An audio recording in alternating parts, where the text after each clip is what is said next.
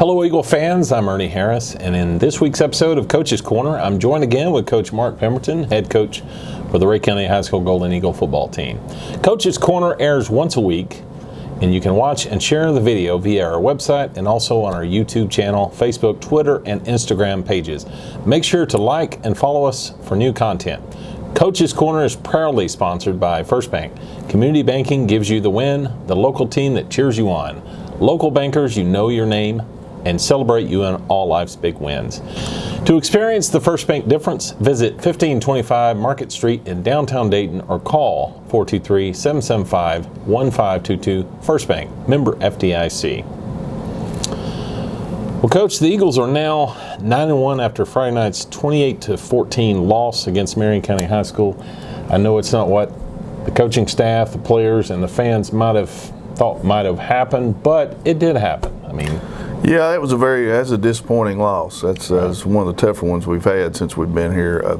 They came in and beat us at our own game. You know, they controlled the football and ran the football really well, and we didn't do a good job defending them, and we turned the ball over 4 times. That's a bad recipe against a team like that, which is what we do too. So you know, if you've got limited possessions against those teams, and we didn't exactly take advantage of ours, and they did of theirs. So it's a loss. Hopefully our guys can get over that, and we can get back to work. We got playoffs coming up, so we're looking forward to flushing that one. Right. Marion County, the Warriors, they came in. They were 5-3, but Coach, they have been to the state finals, about 3 times in the last 10 years, 3 or 4 times? Yeah, I mean, we told our kids going into it, that's a tradition-rich program. You know, we'd beat them bad the year before, so we knew they were going to come in. They were going to come in ready to play, and they certainly were. And I don't know if our guys believed us or not, but hopefully that's a learning lesson for them, and we can readjust and turn the dials a little bit and tighten the screws up a little before this first playoff game. Right. Yeah, Marion County jumped on the board first 3 times of the game. In the first quarter, Marion County goes up 21-0. They score in 4 plays, take it down in 4 plays, and score in 48 seconds to start the game. Then on the ensuing kickoff, Coach, fumble. I know that did hurt, and then they punch it in again, make it 13-0. Yeah, we're down 13-0 before we take a snap on offense, which is not, against a running football team like they are, that's not a good thing because you're fighting uphill from the get-go. But you know, unfortunate fumble there on that kickoff return, and I mean, we're not trying to do that. It just happened. We got to do a better job coaching them up, handling the ball, but they knock it in again, go up 13-0, and you know, it's a bad start for us, as bad as we've had all year. Right, and then they I think force a 3-and-out on you guys. You punt. They take it down and score again with 2:36 left to go in the first quarter. They're up 21-0. That remained the score until halftime. And then you get the ball in the second half. What happened? Well, at the end of the first half, we had it down on the 1-yard line and didn't get in. We went to our bread and butter, which is a power sweep with Hampton carrying a ball, and their big linebacker just ran through us and made a play and got us stopped. But I thought after the 21 initial points, I thought defensively we hung on and did a decent job against them, keeping them out of the end zone. We just needed to produce more offensively, and the turnovers just killed us. Yeah. They killed us. That's right. Right before halftime, you had it first and goal inside the 5, but they stuff you. Big number 9. He was a big player. Yeah, that's a big kid. He's 315 pounds playing linebacker. Yeah, and he shot through and tackled Hampton. No points at halftime, like I said. It was 21-0. You guys come out and I think fumble early in the third quarter. Another fumble, another turnover.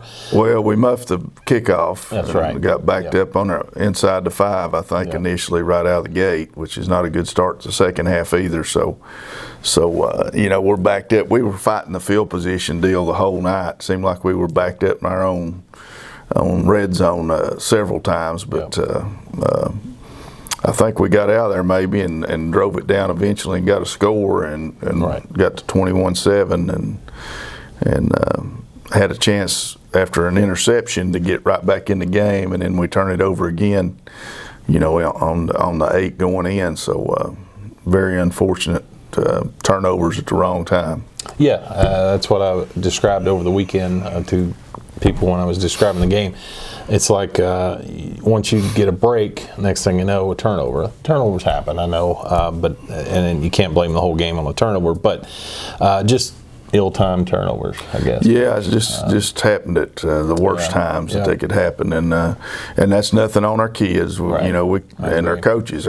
We coach that ball handling all the time about tucking the ball, and sometimes it just gets knocked out. Yep. And it happens.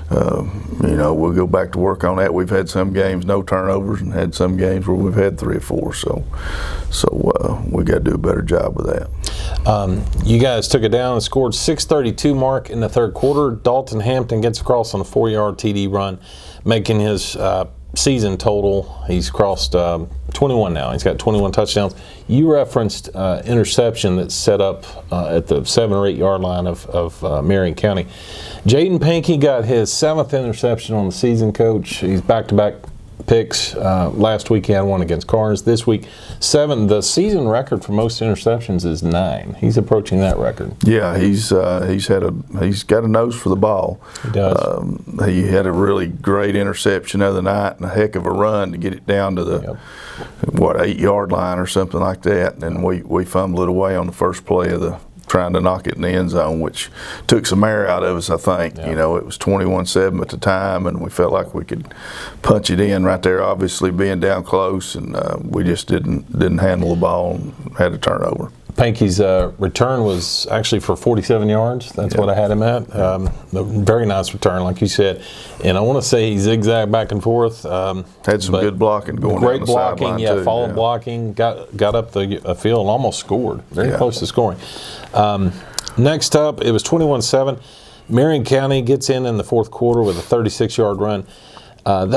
Number 7, he was elusive. I had him for 180-something yards rushing. He had 136 of those in the second half, Coach. Yeah, he did a really good job. Number 7, number 8, both were really good running backs and made some good cuts. We thought we had them hemmed up, and they'd pop out of the middle of the pile in there, and it was just a different night. We thought we were in position several times and just didn't make the tackle. We got to improve our tackling, obviously. So it's just one of those nights, I guess. Nothing really went our way, to be honest. Right. Yeah. They got all the breaks for sure.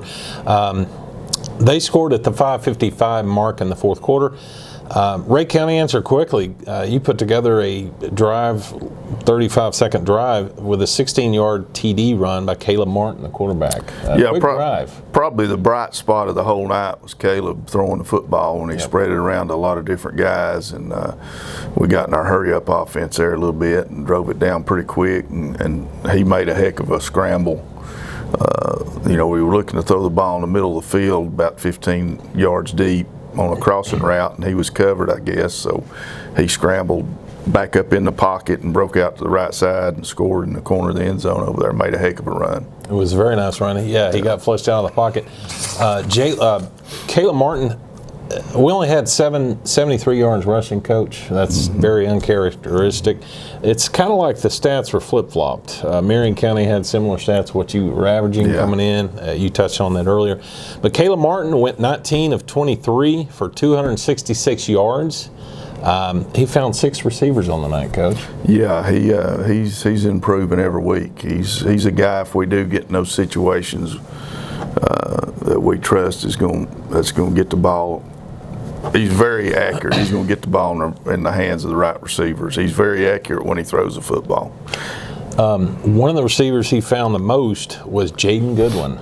Coach, I had him for 119 yards on 7 receptions. Some of those catches and runs after the catch, Coach. Jaden has been a pleasant surprise this year. He didn't play last year and came out this year and has done nothing but excel out there at wide receiver, and actually played defense the other night because Gavin Roddy was injured and didn't play, and so Jaden was playing both sides of the ball the whole night, and But yeah, he's improved tremendously from the start of the season, and he's given us a weapon outside to throw the football to. Out of those 19 completions, I'd say 5 or 6 of those catches went for 20-plus yards, Coach. Yeah, that's a good night. Caleb had a really good night throwing the football. Yeah, I'm really pleased with it. And that out of a loss like that, there's some good that comes of it too. Now we know what we're capable of throwing the football, and so if we get in those situations, we can turn to that a little quicker and press some teams with some passing game. I agree. That just helps your team even more. I mean, coming out of a loss, learning experience, plus, like you said, you have a pass and run option, and you've had it all season, but he really showed that. Yeah, in years past, we haven't had that, and this year he's added a dimension to us, Caleb has, and plus our receivers that we hadn't had, so it's going to help us, I think, in the playoffs. Goodwin also was joined with on receptions. Jaden Pankey, aside from his defensive efforts, he had 6 catches for 61 yards, Coach. Dalton Hampton, 3 catches for 54. Eli Johnson, 1 catch for 20. Ethan Davis, 1 catch for 11. Ryan Young, his went for negative because, it was like a little hitch off. It's a screen. Screen, that's the word. And they were all over it. But Jaden Pankey also had 63-yard kickoff and punt return yards, along with his 7th interception on the season I mentioned earlier. Rhea County, as we touched on earlier, lost 4 fumbles. Marion County only had one interception. One interception. That was their only flaw of the night as far as turnovers, Coach. Right. Yeah, they played a really good game. Yeah. Their coach said that's the best they've played all year, obviously, and that's probably the worst we've played. So, not a good combination. It's a shame they had to do that against you guys. Yeah. That is just one of those nights. Things didn't go our way. I hope our guys can bounce back from it. They were really disappointed the other night, and which it should be. Right. That's the reaction you look for if something like that happens. So hopefully they'll be ready to go to work today. Would you say that was one of a big takeaway from the game and the loss, learning how to lose and overcoming and learning? Well, we don't like to ever lose, but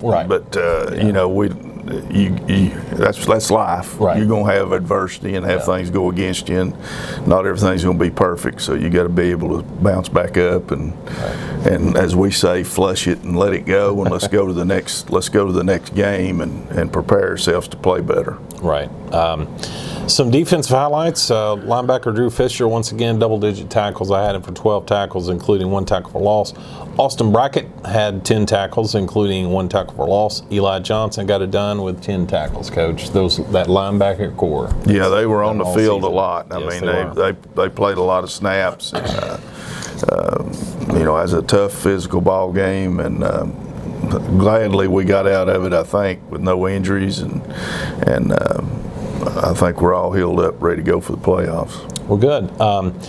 Rushing, as we mentioned, Marion County had 353 yards on the ground and 52 carries, 3 touchdowns, and like we touched on earlier, number 7, he had 22 carries for 182 yards. Number 8, I'm not sure their names, but he had 11 carries for 108 yards. So both those guys, they got a lot of yards on the ground. Total offensive yardage for Marion County was 443 on 58 plays. Well, we'll be back after this brief message from our sponsor, First Bank. In the South, we perfect our local art. The art of conversation. The art of connection. The art of service. The art of community. Here, what you thought were lost arts are local arts. We practice the art of relationships. The art of creating wealth from things that are priceless. Because banking isn't just hard work, it's the fine local art of knowing what works. Come experience a great local art. First Bank. Coach, the Eagles will host the Fulton high school Falcons out of Knoxville. Last year, you guys faced them in the first round of the playoffs. You beat them 47-14 here, handedly, in last year's first round playoff game. The Falcons are coming in 4-6 on the season, but they haven't played since October 16th due to COVID issues. I see they've been out for 2 weeks here at the end of the year, and they've got them all back. I think they're at 100%. They've got all their guys back healthy, ready to go. So a much improved team than last year's. They're a better football team and playing an extremely tough region up there week in and week out. So we've got our hands full. They got a lot of size, got a lot of speed. They throw the ball really well and got a heck of a running back. So we're going to have to be on our A game, play our best game. I hear they're really big up front. They are. They are very, very big up front. They were big up front last year, but they're better than they were last year. They were sort of young last year, I think. Okay, good deal. And they have historically, Fulton has won several state titles in the last 10 years as well. Yeah, they've had program. Multiple state titles. When I was at Catholic, we used to go back and forth with them on a regular basis. Had some big time battles when we both were at our height up there. I'm sure they were well coached. And kickoff this Friday is November 6th, Friday, November 6th. Kickoff will be at 7 p.m. All playoff games start at 7 p.m. local time. So at Eagle Stadium, Bill Horton Field, kickoff will be 7 p.m. Tickets will only be sold online, which is mandated by the TSSAA. Check the Wednesday edition of the Herald News for more information, and also be sure to check our Facebook page for further details. I want to encourage fans to attend the games, but if you can't attend, like and follow the Herald News Facebook, Instagram, and Twitter pages for score updates. Thank you, Coach, and thank you for our sponsor, First Bank, for your support of Coach's Corner and our community. If you're looking for a bank that cares about the community, they're located at 1525 Market Street in downtown Dayton, or give them a call at 423-775-1522. Thank you to the Eagle fans for watching. Tune in next week for another episode of Coach's Corner, brought to you by First Bank. For Coach Mark Pemberton, I'm Ernie Harris, and we'll see you next time. Coach, any closing remarks? I'd just like to see a good crowd out for the first round playoff game. It should be a good ball game, heck of a game. So come out and support these kids and go Eagles. All right. Thank you, Coach. Go Eagles.